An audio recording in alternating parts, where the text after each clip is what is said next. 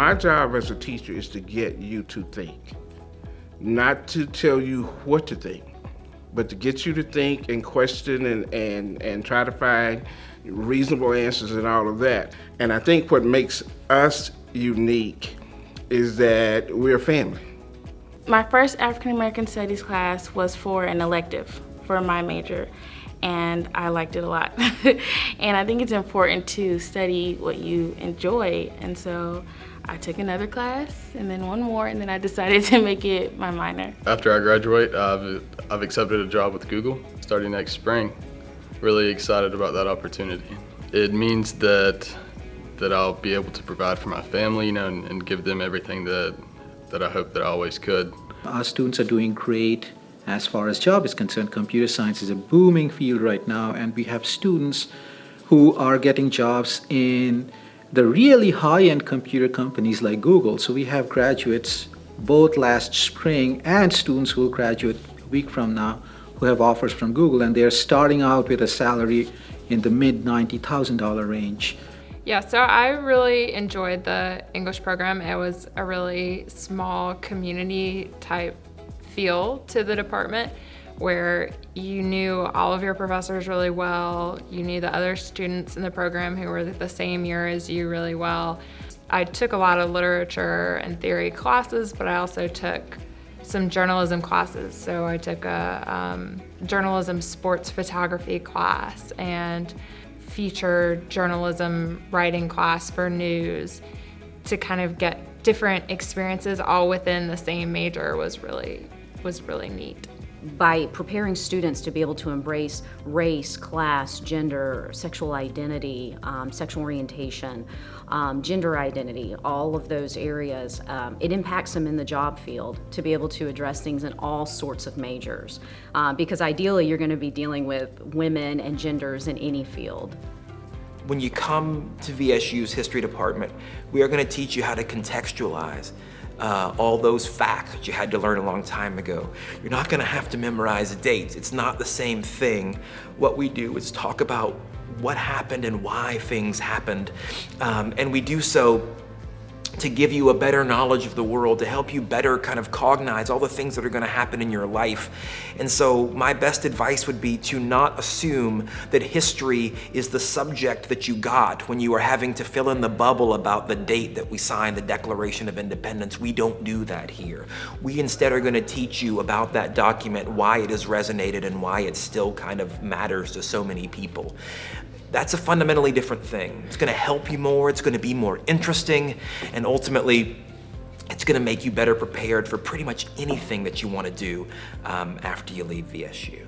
The INDS program is where that helps me out, is it allows me to have several different disciplines across the entire range of academia, and kind of narrow them all down to a general focus that helps me chart that course I'm trying to have for my career.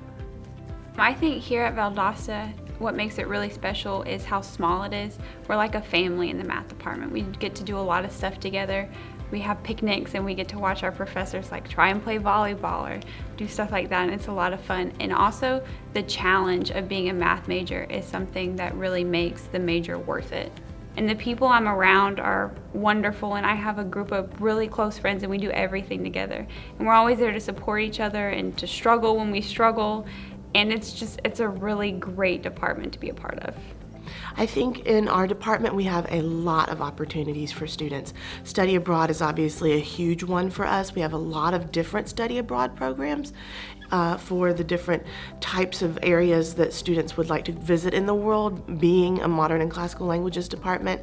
But I think it's important to mention too that these programs offer students the opportunities to be engaged in those communities when they're there. So not only are they studying at universities, but they're also going out and working at orphanages, things like that. So I think that part of the community engagement in the study abroad is important. The curriculum has to do with historic but also contemporary issues, and Native American and indigenous. It's branched out now to be fairly global indigenous contemporary issues, as well as federal Indian law. We have components that come out of philosophy. Native American women, Native American philosophy, both come out of the philosophy department. We have several courses that come out of history.